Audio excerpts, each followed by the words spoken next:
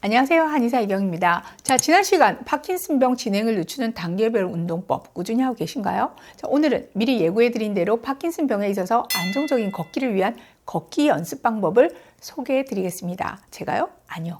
이분이요. 안녕하세요, 이분 선생님. 네, 안녕하세요. CS 한방병원 물리치료사 이보행입니다.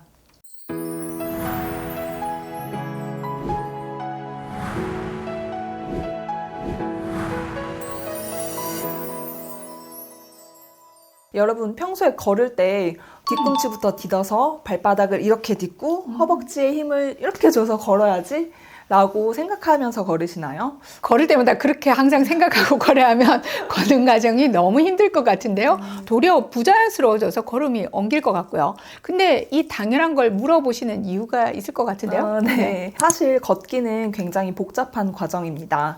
뇌와 신경계가 정교하게 협력해서 한 발을 디디고 떼는 과정이 반복되도록 설계되어 있거든요. 뇌와 척수에는 자동 조절 시스템이 있어서 걷기와 같은 리드미컬한 움직임을 자동으로 생성하고 조절합니다. 그렇다면 걸을 때 다리가 움직이기만 하면 자동으로 팔도 움직이게 되는 걸까요? 네, 맞습니다. 그렇죠? 네, 자동 조절 시스템이 다리의 움직임과 팔의 움직임을 동기화하기 때문입니다. 네. 덕분에 걸을 때 팔을 반대 방향으로 흔들면서 균형을 유지할 수가 있게 되죠. 또한 팔이 자연스럽게 흔들리면서 생기는 관성을 이용해 에너지를 또 절약하면서 걸을 수 있습니다.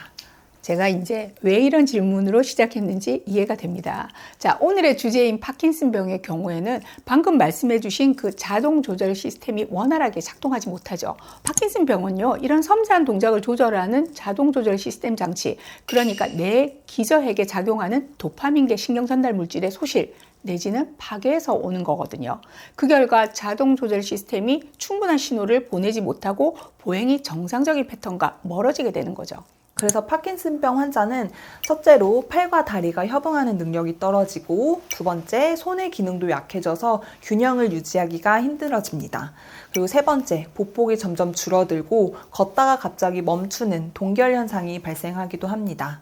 하지만 걱정 마세요. 이런 특징으로 인한 불안정한 보행은 걷기 연습과 운동을 통해 개선이 가능합니다. 여기서 포인트는 걷기를 모두 자동 조절 시스템에만 맡기는 것이 아니라 의식적인 보행 훈련을 통해 보행 기능을 보완하고 개선시켜 준다는 것입니다. 손상된 신경 경로는 주위 신경 조직의 도움을 받거나 우회 경로를 만들잖아요. 자, 그걸 운동을 통해서 강화시키는 거군요. 파킨슨병에서 걷기는 단순한 운동이 아니라 낙상을 예방하고요. 또 일상생활을 보다 독립적으로 유지하는데 중요한 역할을 하기 때문에 자, 이 운동은 정말 필수적이라고 할 수 있겠습니다. 네, 파킨슨병을 가진 분들이 단순히 시간만 늘리는 걷기 운동을 한다면 오히려 낙상 위험이 증가할 수가 있습니다. 걷기도 연습으로 전략적으로 해야 할 필요가 있는 거죠. 그럼 저와 함께 보행 주기별 운동과 걷기 운동 함께 해보실까요? 걷기 운동을 하기 전에 반드시 세 가지 체크해 보실게요. 가장 먼저 현재 혼자 잘 걸을 수 있는지, 최근에 넘어진 경험이 있다면 보호자와 꼭 함께 운동을 하시고요. 보행이 불안정하다면 지팡이나 보행기를 이용하는 것도 주저하지 마세요. 손잡이나 난간이 있는 곳에서 연습하면 더 좋습니다. 두 번째로 신발은 미끄럼 방지 기능이 있는 신발을 꼭 신으시고요. 깔창이 두껍거나 쿠션이 너무 푹신푹신하면 오히려 불안정하기 때문에 피해 주시는 것이 좋습니다. 그리고 세 번째는 메트로놈 어플 깔기입니다. 운동을 할 때 안정적인 보행을 유지하기 위해서는 이 박자 타기가 포인트인데요. 원래 자동 조절 시스템에서는 일정한 리듬으로 걸음을 자동 조절하지만 파킨슨병 걸음에서는 이 리듬이 불규칙해지거나 갑자기 걸음을 멈추는 동결 현상이 발생합니다. 박자에 맞춰서, 특히 메트로놈을 활용한 박자에 맞춰서 걸으면 뇌가 일정한 리듬을 학습해서 보행이 더 안정적으로 유지됩니다. 실제로 메트로놈을 활용한 걷기 운동에서 90에서 110bpm 박자에 맞추어서 걷기 운동을 하는 것이 보행 속도와 보폭이 증가하는 연구 결과를 나타내기도 했는데요. 메트로놈을 구입할 수도 있겠지만 요즘에는 어플로도 이렇게 나오거든요. 90bpm이 이 정도 박자이니까 속으로 하나, 둘, 하나, 둘, 하나, 둘, 하나, 둘 이렇게 일정하게 박자를 외치면서 운동을 하셔도 효과적입니다. 앱스토어에서 그냥 메트로놈 검색하셔서 아무거나 다운받으시면 돼요. 자, 그럼 이제 본격적으로 시작해 볼까요? 파킨슨병의 걸음은 몸통이 뻣뻣해지고 이렇게 앞으로 굽어지는 특징이 있잖아요. 그러다 보면 발을 이렇게 끌거나 발바닥 전체를 동시에 디디는 경우가 많습니다. 이렇게 되면 한쪽으로 체중이 부드럽게 이동되지 못하는데요. 이때 의식적으로 발 뒤꿈치부터 닿기를 연습하면 자동 조절 시스템이 걸음 패턴을 다시 학습해서 정상적인 패턴을 유지할 수 있도록 도움을 줄 수 있습니다. 먼저 테이블이나 의자를 옆에 두고 발목과 무릎을 부드럽게 굽히면 체중을 부드럽게 이동하는 동작 연습입니다. 이렇게 뒤꿈치부터 닿는 거에 집중해서 연습을 해주시고요. 자, 이제 메트로놈을 틀면서 박자에 맞춰서 연습을 해볼게요.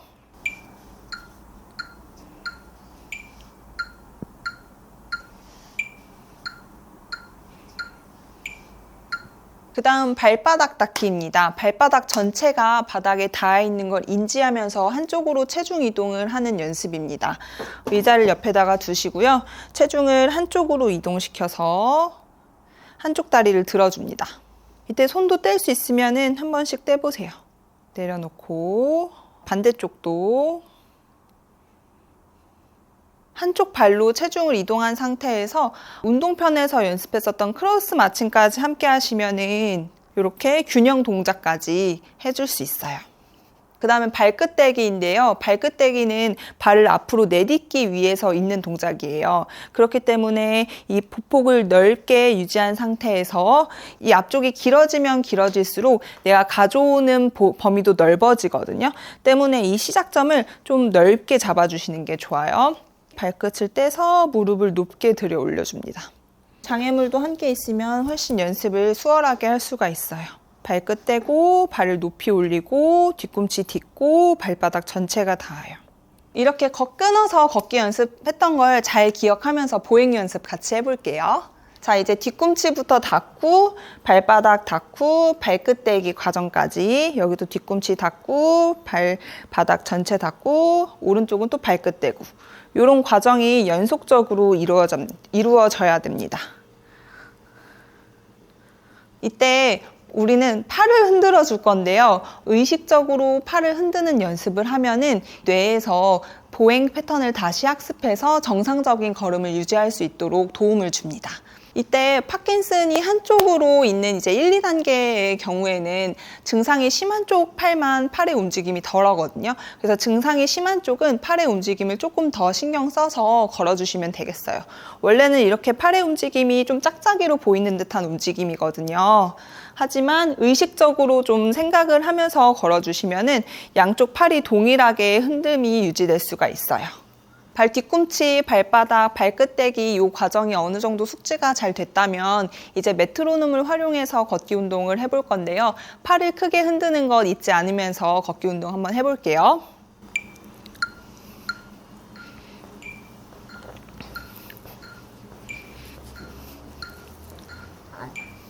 다음으로 크게 원을 그리면서 도는 연습을 할 건데요. 걷다가 갑자기 멈추는 동결 현상은 방향 전환을 할 때 특히 많이 나타나요. 너무 작은 보폭으로 돌면 넘어질 위험이 높아지기 때문에 보폭을 크게 유지하면서 걷기 연습을 해보실게요. 이번에도 메트로놈 박자에 맞춰서 운동을 해보실게요.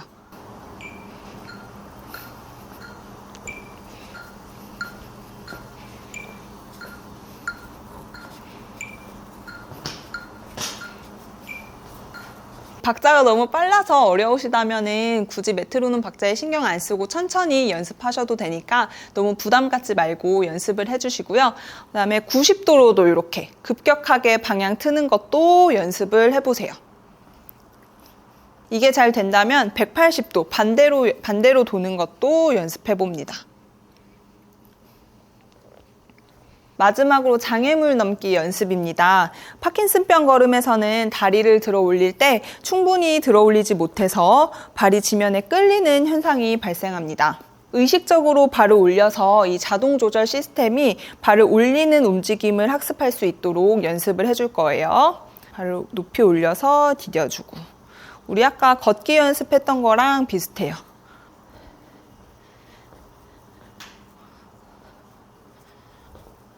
아까 그게 잘 된다면 좀 더 높은 장애물 넘기를 연습을 할 수도 있겠죠. 수건을 돌돌 말아서 준비해 주시고 다리를 높게 들어 올려 연습해 줍니다. 그리고 동결 현상은 이렇게 가다가 문같이 갑자기 좁아지는 변경된 환경에서 많이 발생하기 때문에 이렇게 문에서 연습을 하셔도 좋아요. 집에 계실 때 문에 이렇게 장애물을 올려두고서 넘는 연습을 같이 해보세요.